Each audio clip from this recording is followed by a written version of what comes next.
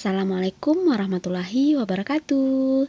Kembali lagi berjumpa bersama Ibu Putri Ayu Resti Fauzi, Guru Bahasa Indonesia di SMK Gema Nusantara Bukit Tinggi.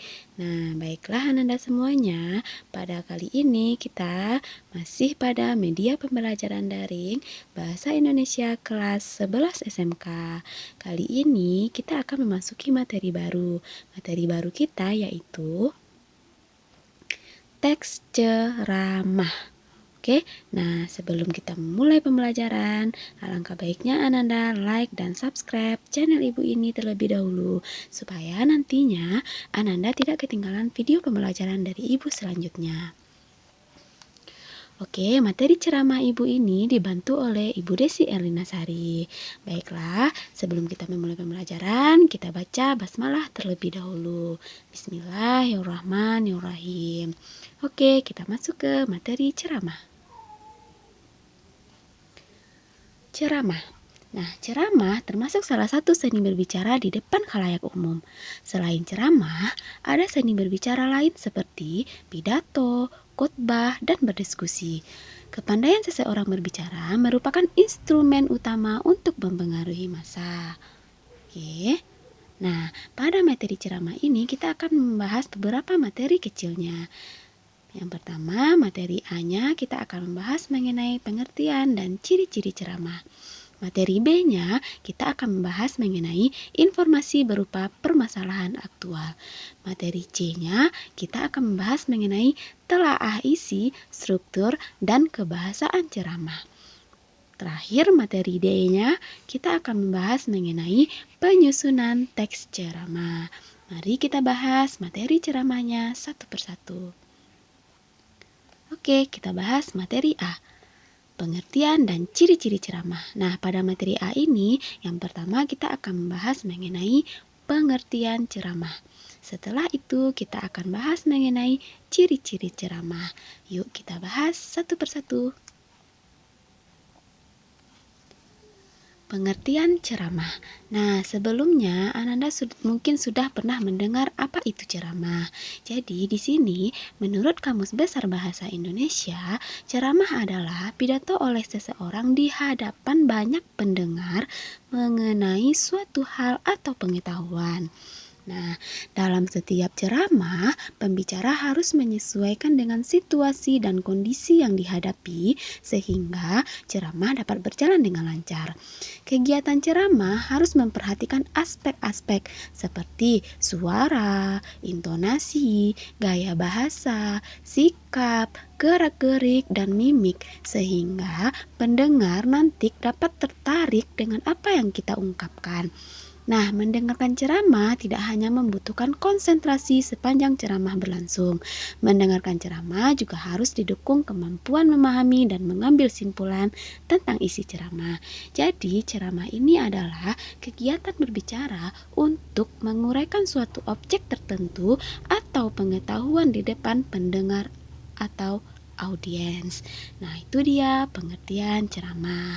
Semoga Ananda sudah bisa memahami pengertian ceramah ini.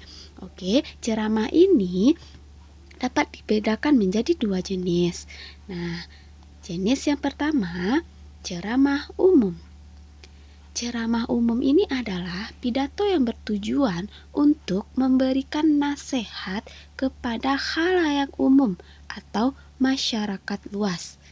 Nah, jenis yang kedua adalah ceramah khusus. Kalau ceramah khusus ini, ceramah yang bertujuan untuk memberikan nasihat kepada audiens atau khalayak tertentu. Nah, jadi hanya khalayak tertentu ya, dan bersifat khusus secara materi. Nah, itu dia perbedaan ceramah umum dan khusus. Kalau umum itu untuk masyarakat luas. Kalau khusus itu bersifat khusus atau khalayaknya tertentu. Nah, itu dia pembagian dari ceramah. Oke, kita masuk ke ciri-ciri ceramah. Nah, ciri-ciri ceramah ini ada 1, 2, 3, 4, 5, 6, 7, 8, 9, 10, 11. Kita lihat satu persatu. Yang pertama, nah ciri Ciri ceramah yang pertama yaitu biasanya disampaikan oleh seseorang yang memiliki keahlian dalam bidang tertentu. Nah, jadi disampaikan oleh seseorang yang memiliki keahlian dalam bidang tertentu. Ciri yang keduanya, menginformasikan topik yang dapat memperluas pengetahuan.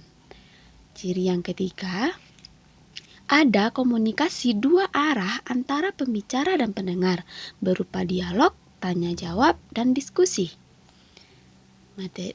Ciri yang ketiganya, ceramah dapat disajikan menggunakan alat bantu. Ciri yang kelima, ceramah memiliki objektivitas dan unsur yang mengandung kebenaran. Nah, jadi ceramah ini unsurnya mengandung kebenaran. Ciri yang keenam, ceramah harus dapat menghidupkan suasana dengan menggunakan gambar, cerita pendek, atau kejadian-kejadian yang relevan agar dapat memancing perhatian si pendengar. Nah, ciri yang ketujuh, ceramah harus memiliki tujuan yang jelas. Yang kedelapan, ceramah yang kita sampaikan harus dapat mencapai klimaks dari ceramah tersebut. Nah, ciri yang kesembilan, ceramah yang baik berisi sesuatu yang mengejutkan karena mungkin belum pernah disampaikan atau belum pernah terjadi sebelumnya. Ciri yang ke-10, ceramah harus dibatasi pada satu atau dua persoalan tertentu saja. Terakhir, ceramah dapat mengandung humor agar dapat menghidupkan suasana dan memberikan kesan yang tidak terlupakan bagi pendengarnya. Nah, itulah dia ciri-ciri dari ceramah. Nah, inilah dia materi kita yang A, pengertian dan ciri ceramah. Sekarang kita masuk ke materi yang B. Nah, materi B-nya informasi berupa permasalahan aktual. Nah, pada materi B ini kita akan membahas beberapa materi kecilnya. Yang pertama, kita akan membahas informasi dan permasalahan aktual dalam ceramah. Yang kedua, kita akan membahas jenis-jenis informasi. Yang ketiga, kita akan membahas tanggapan terhadap informasi dan permasalahan aktual dalam ceramah. Oke, mari kita bahas materinya satu persatu. Yang pertama, informasi dan permasalahan aktual dalam ceramah. Informasi merupakan pemberitahuan atau pemberian kabar tentang sesuatu. Informasi di sini sendiri muncul dari adanya tuturan. Nah, tuturan dalam hal ini terbagi menjadi dua jenis, yaitu tuturan langsung atau tuturan lisan dan tuturan tidak langsung atau bacaan. Jadi tuturan langsung itu kita berbicara secara lisan. Kalau tuturan tidak langsung itu kita membaca, berbentuk bacaan. Nah, kegiatan mendengar ceramah sangat menarik untuk dilakukan. Untuk dapat mengetahui maksud dalam ceramah yang disampaikan, Ananda dapat memahami informasi atau permasalahan dalam setiap paparan yang disampaikan. Nah, mari kita lihat cara memahami informasi dapat dilakukan dengan langkah-langkah sebagai berikut. Yang pertama, kita simak ceramah yang kita dengar dengan seksama. Yang kedua, setelah kita simak ceramah tersebut, kita catat informasi yang menarik dalam setiap paparan dalam ceramah. Nah, setelah kita catat, kita masuk ke langkah yang ketiga, yaitu menyusun informasi yang menarik dalam bentuk kalimat atau paragraf sederhana. Nah, oke, itu dia cara memahami informasi dengan langkah-langkah seperti ini. Kita masuk ke ciri-ciri dari informasi yang baik sebagai berikut. Nah, informasi yang baik ini ada ciri-cirinya. Yang pertama, informasi yang bersifat aktual, yaitu informasi yang memang sedang menjadi bahan pembicaraan pada waktu sekarang atau sedang hangat-hangatnya dibicarakan, atau juga disebut dengan informasi terkini. Nah, ciri yang keduanya, bahasa yang kita gunakan dalam penyampaian informasi adalah bahasa yang akurat, tepat, padat, dan singkat. Yang ketiga, informasi yang faktual artinya informasi yang disampaikan didukung dengan fakta yang kuat dan pasti kebenarannya. Ciri yang keempat, informasi yang disampaikan memiliki daya tarik atau disebut juga informasi menarik. Nah, itu dia ciri-ciri dari informasi yang baik. Oke, kita masuk ke penjelasannya. Nah, untuk menemukan pokok-pokok isi informasi, diperlukan ketelitian kesigapan dari pendengar atau orang yang bertugas mengumpulkan pokok-pokok informasi tersebut.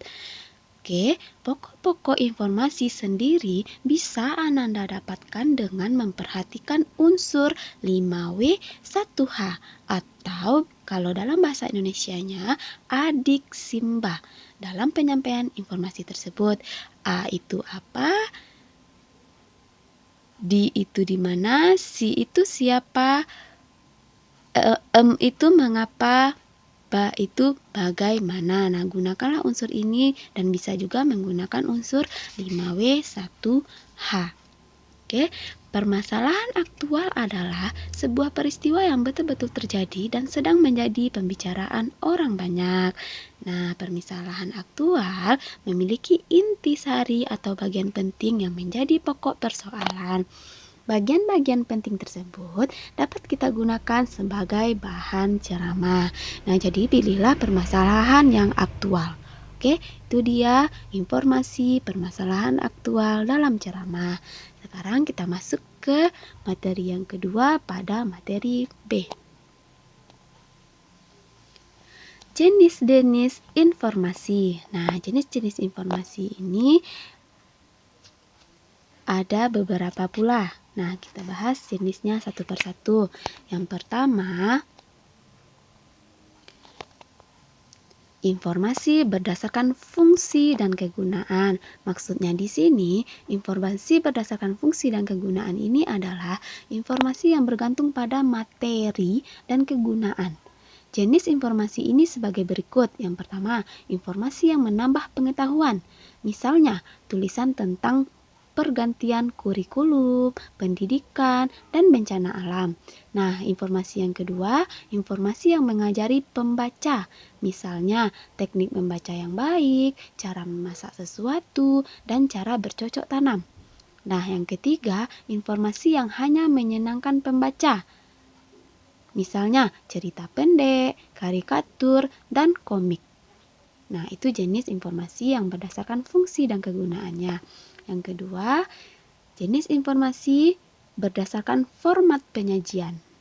Nah, informasi berdasarkan format penyajian yaitu informasi yang bergantung pada bentuk penyajian informasi.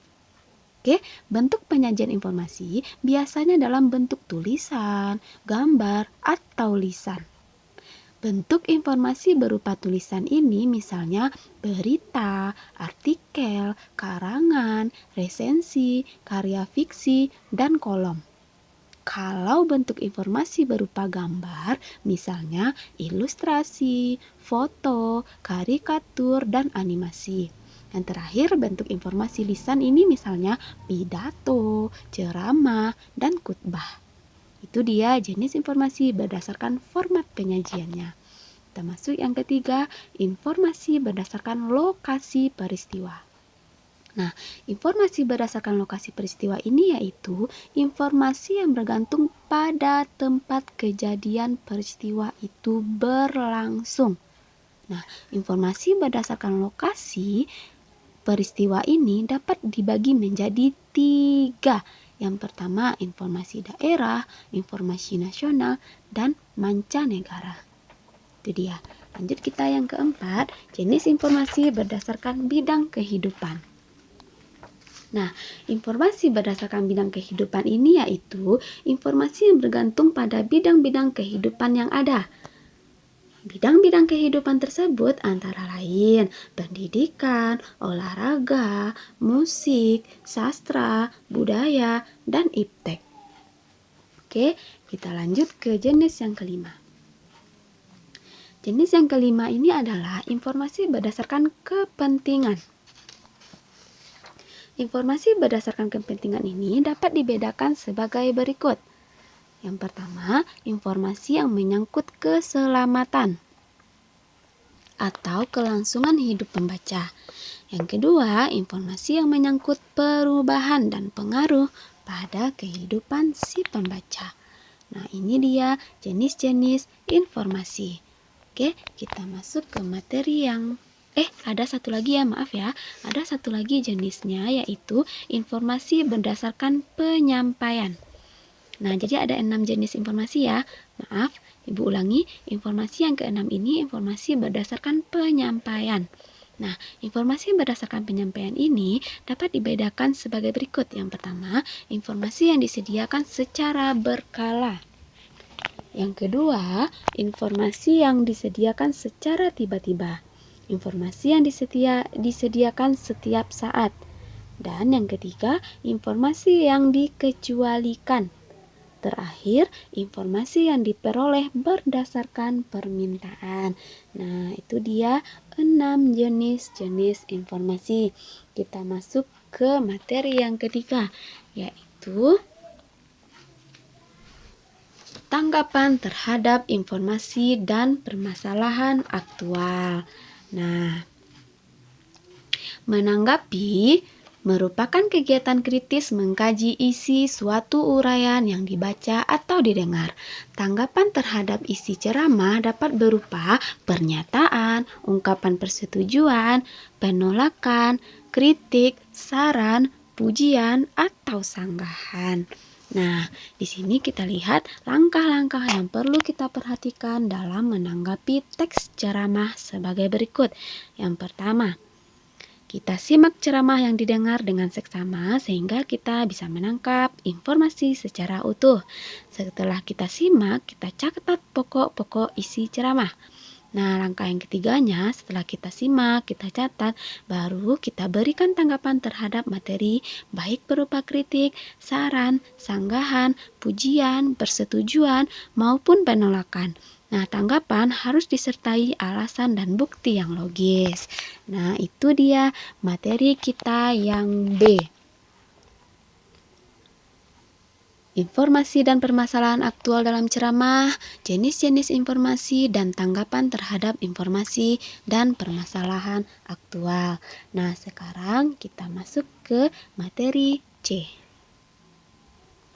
Materi C-nya ialah telaah isi, struktur, dan kebahasaan ceramah. Pada materi C ini kita akan membahas yang pertama unsur-unsur ceramah. Setelah itu kita bahas mengenai struktur teks ceramah. Lanjut, kita bahas materi yang ketiganya, kaidah kebahasaan teks ceramah. Terakhir dari materi C ini kita akan membahas mengenai simpulan isi ceramah. Mari kita bahas materi C-nya satu persatu.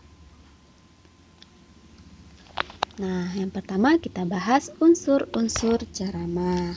Unsur-unsur ceramah ini ada 5. Yang pertama, penceramah.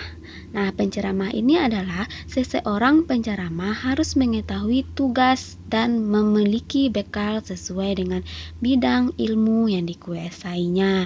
Jadi, penceramah ini adalah orang yang akan melakukan ceramah. Nah, yang kedua unsurnya pendengar atau audiens. Nah, pendengar atau audiens ini merupakan penerima uraian atau penjelasan dalam kegiatan ceramah.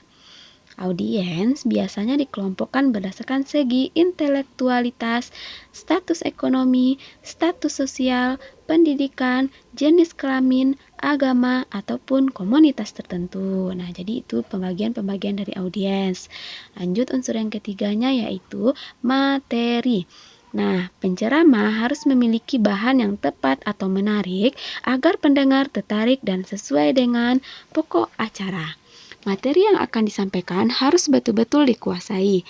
Materi hendaknya disusun secara sistematis dan mempunyai satu kesatuan hubungan sehingga pembahasan sesuai dengan waktu yang telah ditentukan.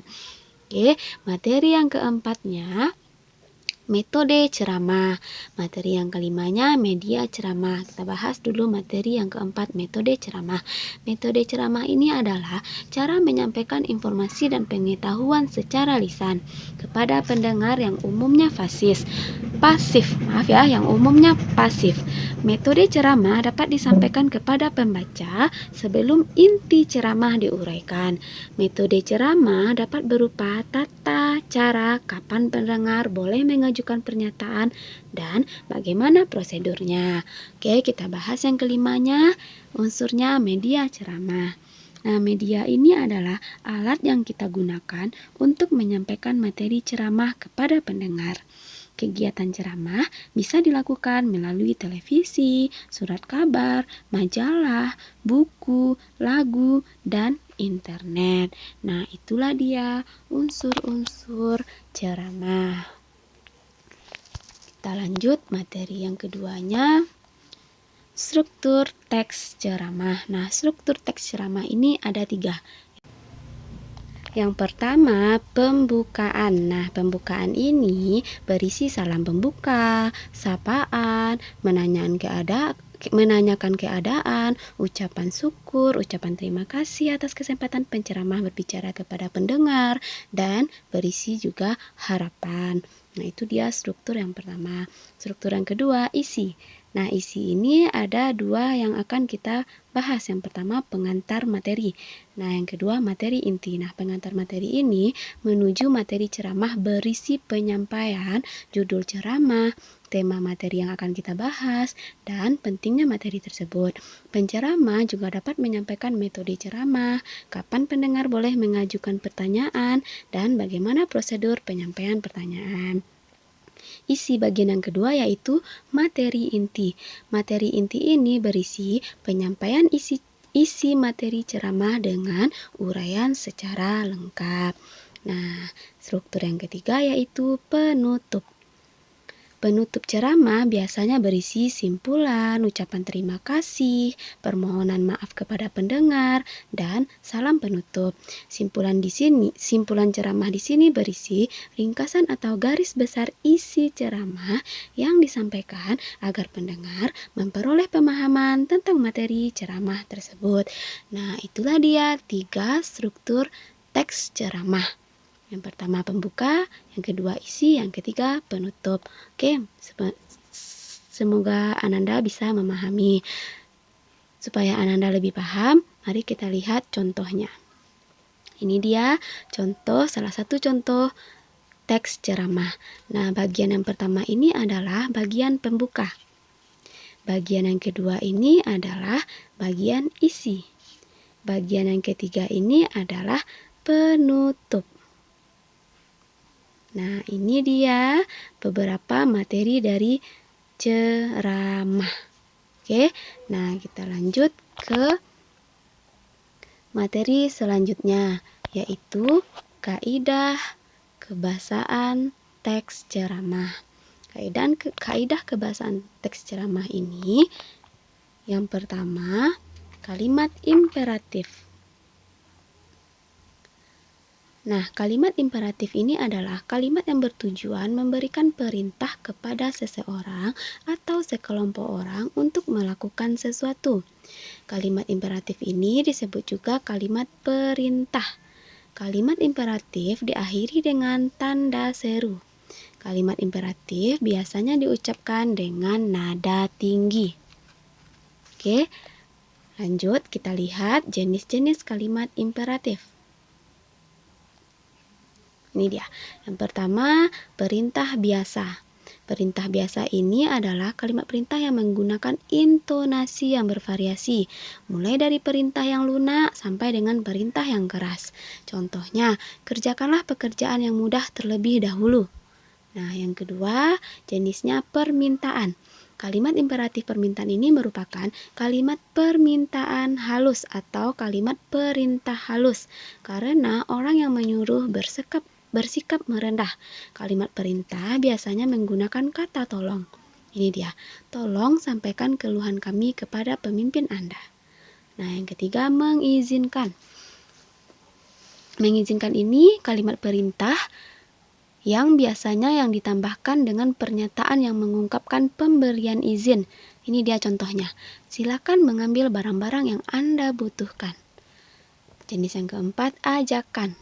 Nah, ajakan ini merupakan kalimat perintah yang didahului oleh kata-kata ajakan seperti marilah, baiklah, dan ayo.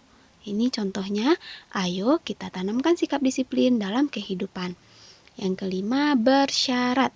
Kalimat perintah yang mengandung syarat untuk terpenuhnya sesuatu.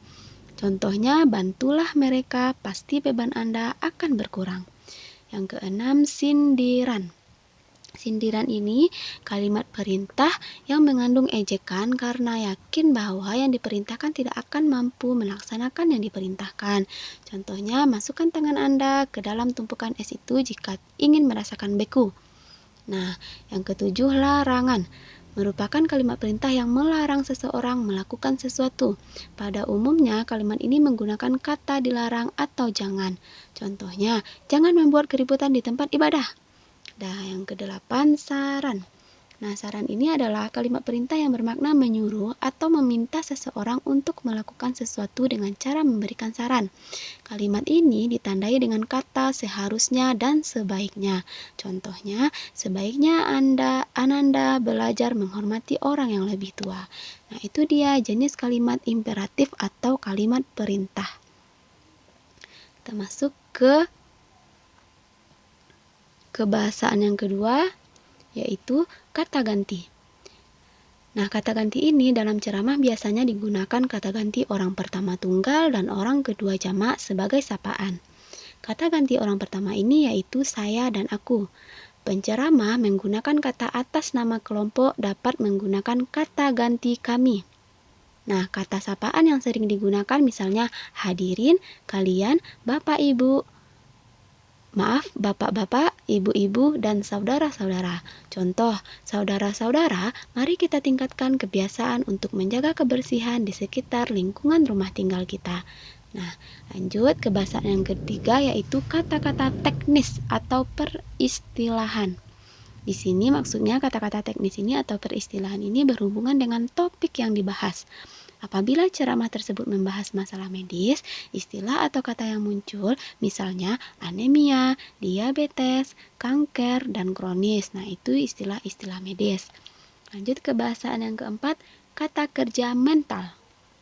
Nah, kata kerja mental ini adalah kata kerja yang terdiri atas kata kerja yang menerangkan persepsi, afeksi, dan kognisi. Kata kerja persepsi ini adalah kata kerja yang berkaitan dengan panca indera. Kalau kata kerja afeksi berkaitan dengan perasaan psikologis seperti marah, sedih, khawatir, dan senang. Kata kerja kognisi ini berkaitan dengan proses memahami sesuatu seperti berpikir, mengerti, memahami, memperkirakan, dan menduga. Contoh, kita harus menguasai ilmu pengetahuan dan teknologi yang berkembang.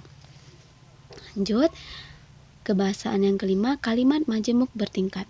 Nah, kalimat majemuk bertingkat ini adalah kalimat majemuk yang memiliki hubungan bertingkat antara klausa atau kalimat yang membentuknya.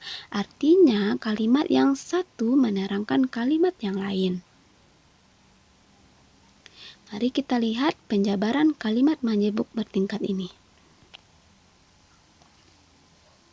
Nah, di sini kita lihat jenis dan contoh kalimat majemuk bertingkat. Jenis yang pertama yaitu kalimat majemuk hubungan waktu. Nah, kalimat majemuk ini ditandai dengan kata penghubung. Sejak, ketika, sebelum, sementara, hingga, selama, sesudah, sampai, dan sambil. Contohnya, orang tua mengajarkan sikap disiplin sejak kecil. Yang kedua jenisnya yaitu hubungan syarat. Kalimat majemuk ini ditandai dengan kata penghubung jika, kalau, asalkan, dan apabila. Contohnya, apabila sikap tanggung jawab sudah melekat pada diri sendiri, kita akan merasa tenang dan melakukan sesuatu. Jenis yang ketiganya yaitu hubungan penggadaian. Kalimat majemuk ini ditandai dengan kata penghubung seandainya, andaikan, dan sekiranya. Contohnya, pendidikan karakter Anda pendidikan karakter anak dapat terbentuk dengan baik seandainya orang tua dapat bersungguh-sungguh dalam mendidik anaknya. Nah, di sini kita menggunakan kata seandainya. Yang keempat, hubungan tujuan. Nah, kalimat menjebung ini ditandai dengan kata penghubung yaitu agar, supaya, biar, dan untuk.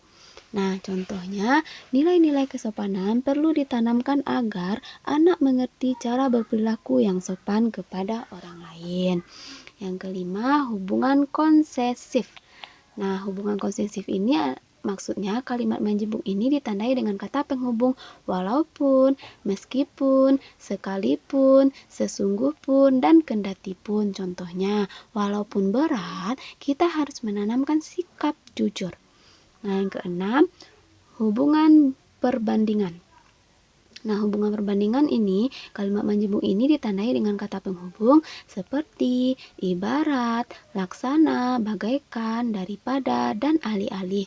Contohnya, hidup itu ibaratkan roda yang berputar. Yang terakhir, hubungan sebab atau alasan. Nah, hubungan sebab atau alasan ini, kalimat majemuknya ditandai dengan kata penghubung yaitu sebab, karena, akibat, dan oleh karena. Contohnya, kita harus menerima segala sesuatu penuh rasa syukur, karena Tuhan Yang Maha Esa akan senantiasa menambah berkat. Lanjut, yang kedelapan, hubungan akibat atau hasil. Nah, kalimat menjebung ini ditandai dengan kata penghubung yaitu sehingga, sampai, maka, sampai-sampai. Nah, contohnya, pada saat ini generasi muda mulai meninggalkan bahasa daerah, sehingga bahasa daerah pun mulai punah. Nah, di sini kita menggunakan katanya sehingga. Yang kesembilan, hubungan cara. Hubungan cara ini kalimat majemuknya ditandai dengan kata penghubung dengan dan tanpa. Contohnya, Nadia membuat laporan itu dengan teliti. Nah, kita menggunakan kata dengan. Yang ke-10, hubungan sangkalan. Nah, kalimat majemuk ini ditandai dengan kata penghubung yaitu seolah-olah dan seakan-akan. Contohnya, Jihan terlihat bahagia seolah-olah tidak ada masalah yang menimpanya. Yang ke-11, hubungan kenyataan.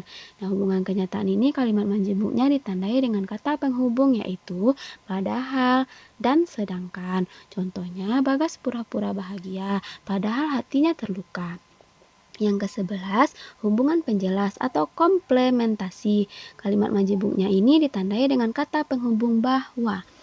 Nah, contohnya, Karina mengatakan bahwa permasalahan dalam hidup itu memberikan banyak arti. Kita gunakan kata bahwa. Yang ke-13, hubungan atributif. Kalimat majemuknya ditandai dengan kata penghubung yang. Contohnya, nenek yang duduk di samping itu telah berusia 90 tahun. Yang ke-14, hubungan lebih.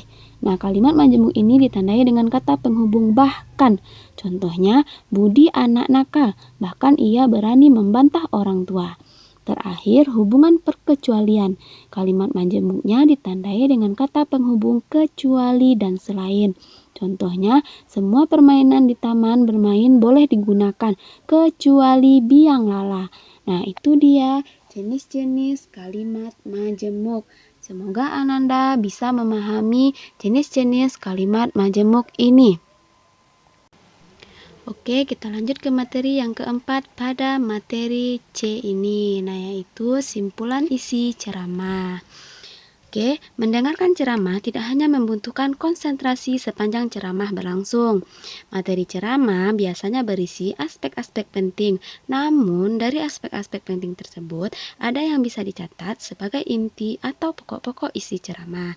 Selain catatan tentang pokok-pokok ceramah itu sangat berguna, mencatat pada saat mendengarkan ceramah bisa menjadi sarana menjaga keilmiahan ceramah. Pada akhir kegiatan mendengarkan ceramah, Ananda harus dapat membuat simpulan tentang isi ceramah yang telah Ananda dengarkan. Kegiatan ini tentu dilakukan sebagai pengukur apakah ceramah yang disimak dapat dipahami atau tidak. Kegiatan menyimpulkan isi ceramah diawali dari hasil catatan pokok-pokok isi ceramah dan membuat simpulannya. Oke, kita lihat aspek-aspek yang perlu diperhatikan dalam menyimpulkan isi ceramah. Yang pertama, kita harus memperhatikan simpulan itu harus memuat seluruh pokok ceramah.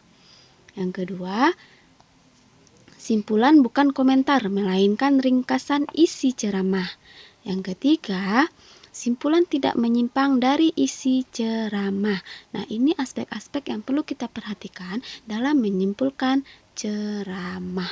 Oke, itu dia materi kita yang C, yaitu telah isi, kebahasaan, struktur, serta simpulan isi ceramah. Nah, mari kita bahas materi kita yang D, penyusunan teks ceramah. Oke, penyusunan teks ceramah ini, materi yang akan kita bahas yaitu yang pertama, topik teks ceramah. Yang kedua, tujuan teks ceramah. Yang ketiga, kerangka teks ceramah. Yang keempat, pengembangan kerangka teks ceramah. Kita bahas materinya satu persatu. Yang pertama, topik ceramah. Topik teks ceramah adalah pokok pembicaraan dalam ceramah. Topik ini berisi sesuatu yang menarik perhatian umum yang layak dibicarakan. Oke, topik yang dapat digunakan dalam penyusunan teks ceramah antara lain, yang pertama, kita bisa gunakan topik peristiwa aktual. Yang kedua, topiknya permasalahan sosial. Yang ketiga, kita bisa menggunakan topik masalah pendidikan budi pekerti. Yang keempat, kita bisa gunakan topik permasalahan remaja. Lalu bisa kita gunakan lagi topiknya pengalaman pribadi. Dan terakhir, bisa juga topik kita itu mengenai isu budaya. Nah, ini dia topik-topik yang bisa kita gunakan untuk penyusunan teks ceramah. Oke, kita lanjut ke materi yang keduanya. Oke, kita masuk ke materi yang kedua. Tujuan teks ceramah.